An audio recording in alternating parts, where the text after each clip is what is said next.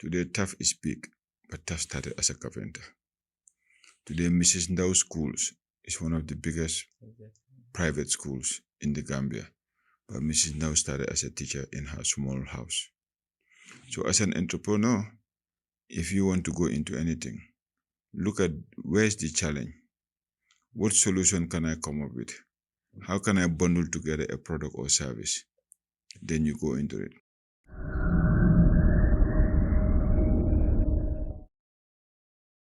Assalamu alaikum and welcome back to the podcast Learniverse, a program designed to educate people on different topics and issues and have diverse range of content for listeners.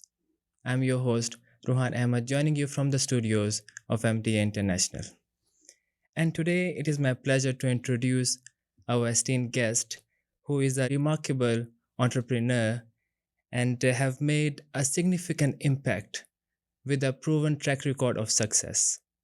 And he is someone who has inspired countless individuals through his leadership and vision. And he is Mohammed M. Jagna. Welcome to the show, sir, and it's a pleasure to have you today. Rohan, thank you for inviting me and looking forward.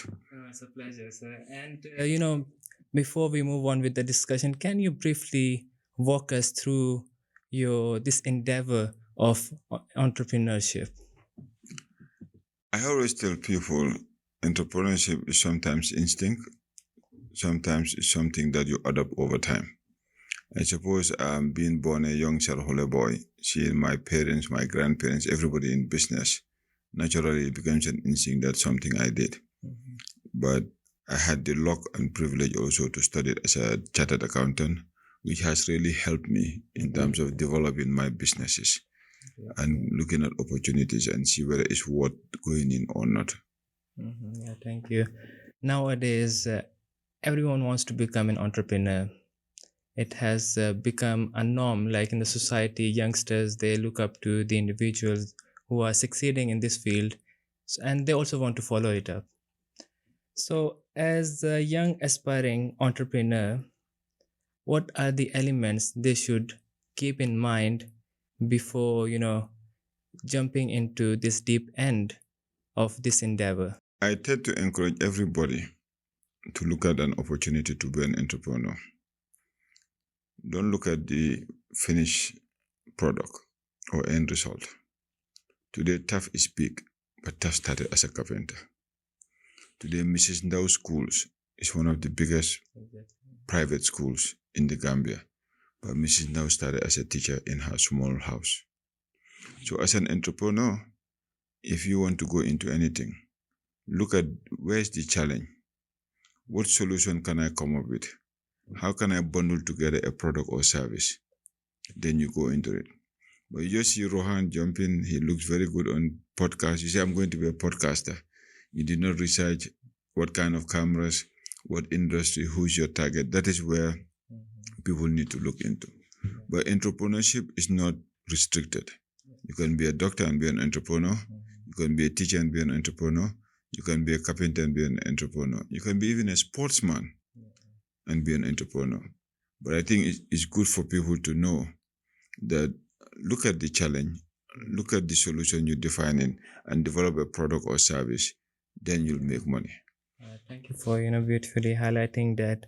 So, but according to you, you have been in the business for quite a good number of years now. So, in the Gambia, what do you think people or most of the businesses they lack and they care less about? They don't care about certain things, and which is as a result is affecting their businesses. I think in the Gambia, one of the fundamental challenges we have is customer service on one side and the talent and skills. Most young people, they don't want to go and train as an apprentice.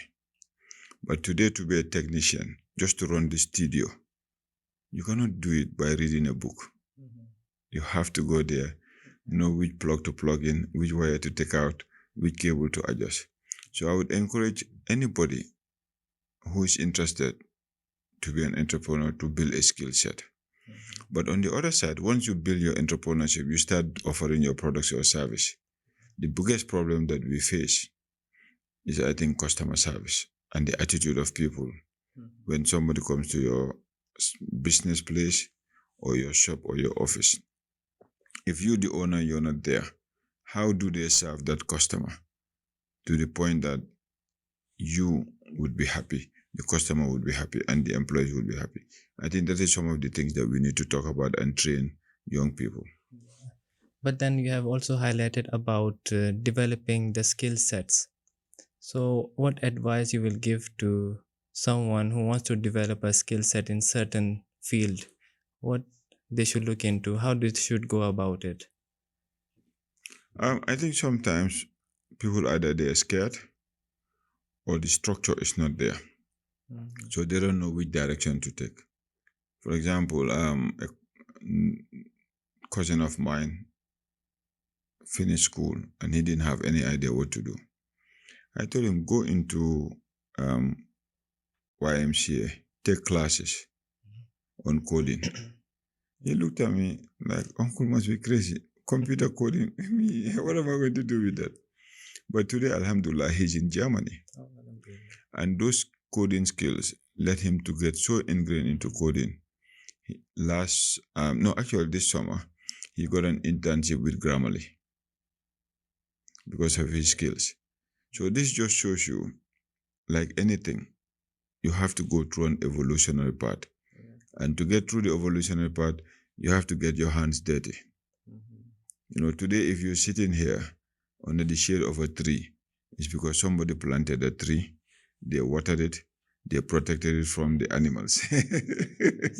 So that is what entrepreneurship is. And skill-based entrepreneur is something that we should encourage more people to go into. Yeah, so that's like you have to come out of your comfort zone if you want to be successful in life.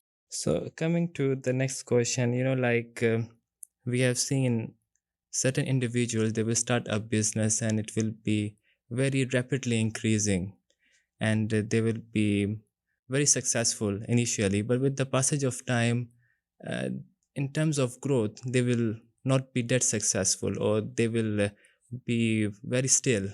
So what do you think are the factors they need to look into when stuck in such situation where their business has become motionless and is not increasing the way it was in the initial part? Look at it in terms of evolution. As a child, the shoe you were wearing, the food you were eating, when you grow, you cannot eat the same thing. So when your business is growing, you need to be able to look at the data. What are people paying for? Is it the product, the service? How can I improve on it? Because if I sit here and start a business selling water in cups, somebody say, Mr. Jagan, a lot of people are buying his water. Let me do better than him. And somebody comes up with the water in a bottle. What do you think is going to happen to my growth? Yes. So you have to be innovative. You have to be one step ahead, because whatever you do, unless you patent it, competition would come after and chase after you. And I think that is what really affects entrepreneurs sometimes.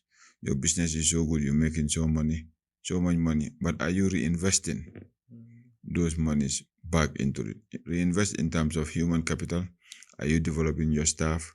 Are you developing new ways to serve your customers? And also, at the same time, attract new customers. I think these are something that any business faces, whether you're in the service or product business, that you need to every time change and pivot, change and upgrade your offerings. Yeah, exactly. Because now the world is very competitive. Everyone wants to be successful, so they look for new ideas. So if you're not going according to the demand, you know, the minds of people, what they need, then eventually the new businesses that are coming up will take over. I mean, a very simple example is the telephones. Nokia in 2006 was the biggest phone company, selling more handsets than anywhere. Apple started in 2007. I suppose when Apple started with all those advanced iPhones, people thought they were crazy. But today, I mean, how many people around you hold Nokia phones? I mean, maybe in the museum. But Apple has been very innovative. But then other people are coming behind Apple still. Huawei, Samsung, and other phones that are not even here, but in Asia and somewhere else, they have regional giants. They're also coming with innovation. So that is why if you're in business, it's just like evolution. You have to keep revolutionizing it by changing, adapting, and expanding your offerings, making it more exciting for people to come, your existing clients and old clients, new clients also to come on board. Thank you very much for that point. And you have set examples of setting businesses in the Gambia, and especially in the field of financial service. So, and the likes of JFIN and Koringa are very popularly known in the Gambia. So, what was the principle that you had when coming into the business of financial service? As I mentioned earlier, I studied as a chartered accountant, and although I've never practiced, but I've used it in my business. So I was working for my father-in-law, Jimpex. They named Jimpex Road after the company, importing cement and other building materials. We had to pay the suppliers, and the suppliers, you pay them in dollars or euros or pounds, or you have to settle your LC. So I noticed that we demanded a lot of FX. We were having challenges to source that FX. That's where the notion of JFIN started. And we partnered with Shirif Jame, who's still a shareholder and a partner of JFIN. We used to buy a lot of FX from him to create this company. So we had a challenge. We came up with a solution, and we started offering products that were not then offered. And Coringo, basically, we started it because we realized that people are moving away from brick and mortar into digitalization. So Coringo is a fintech-based arm of our business. Although in Gambia we still serving customers in outlets through JFIN and others, but in Europe and UK, Coringo is 100% app-based. You don't interface with anybody. Everything is digital, because that is where the world is going. So we're trying to innovate before we die. Inshallah, you will have a long life. Well, I'm in the business. Exactly. Inshallah, I hope I'll have a long life. Inshallah. So, Yeah. you have just highlighted that you studied as a chartered accountant, then it helped you to initiate this business. But then, can you simplify for the listeners, like what they should focus more on? Sometimes you can have an academic study, but that will not help you enough when coming into the system study or the system of the business. So how can you simplify that? If I had the opportunity to go back, which I try to do through my kids' lives, I always tell them that it's good to have an academic background, but it is best to have practical skills that you can apply. Let's say today, you're a student, you go to Rohan, somebody goes to Rohan School of Welding. You teach them all these welding skills, but they've never seen a welding iron. They never saw a hacksaw to cut a steel plate. Then boom, you throw them out there into the workforce. They would almost have to go back and start.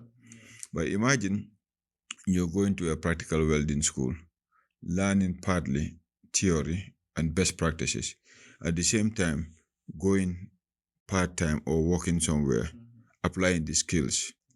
It gives you an opportunity to have that bond with what you're studying. I suppose in Africa, we tend to focus more of theory and not practical skills. That is what maybe is affecting us in terms of innovation and that stuff. So I think it might be difficult to change the whole educational system, but if anybody has an opportunity to go and learn where their skill sets can be turned into an entrepreneurial journey, they'll have a better chance with luck and God willing than the average person who just studies it in theory. Thank you very much for that as well. Then finally, any best advice you have for the listeners or best advice you ever received that helped you in business and eventually the listeners can also benefit from it? Well, I have received a lot of advice and it has helped me. I've received a lot of mentoring, but it has helped me. But what I tell a lot of young people that I talk to be successful in whatever you do, whether you want to be an imam or a bishop, whether you want to be a technology businessman or a trader selling in the markets, or whether you want to be an engineer or a pilot, you need to have a discipline, you need to have a determination, and you need to have a structure. Because today, if you're not disciplined, you will not wake up in time, or you will not open your business in time. So people won't wait for you; they'll go to the next person. If you're not structured, people, it will be chaotic around you. People can come into your shop, they want a bottle of water, you bring a bottle of Coke, they'll get pissed, they'll go. If you're not determined to push, somebody else would win you in the race. I mean, there's a luck factor in all of these things, but I think the foundation for success, regardless of what career you take, what choice you do, whether you want to be a medical doctor or an entrepreneur, and medical doctors can be good entrepreneurs because you can start a hospital. We know Dr. Salah here and other people, and we just had a chat about your dad and things like that, you know. But to be successful in life, you need to have the discipline, the structure, and the determination. No, discipline is very much needed in anything we do. Yeah. And then, like it happens that a person starts a business, but then he's crippled with a huge loss. And then, for such a person, what advice would you give to regain his strength in this endeavor? I mean, the Japanese have a saying, fall 9 times, get up 10 times. I mean, if you fail, I mean, I have failed in some of my businesses. Very sleepless nights, very stressful. But I said, look, let me try again. If you fail or you lose, don't give up. Try again. And just around the corner, the golden part of success could have been waiting for you. But if you don't try to move around the corner, you will be just in your depressing, loss-making thing. So I think for young people, they need to understand that the person you see, what have they done? How many times have they failed? What have they tried before? It's important for them to understand that the end product had a lot of sweat to get there. Thank you very much for joining us today and taking out time from your busy schedule and joining us today here. So, dear viewers, that's all for today. Until we come your way, till then, take care. Assalamu alaikum warahmatullah.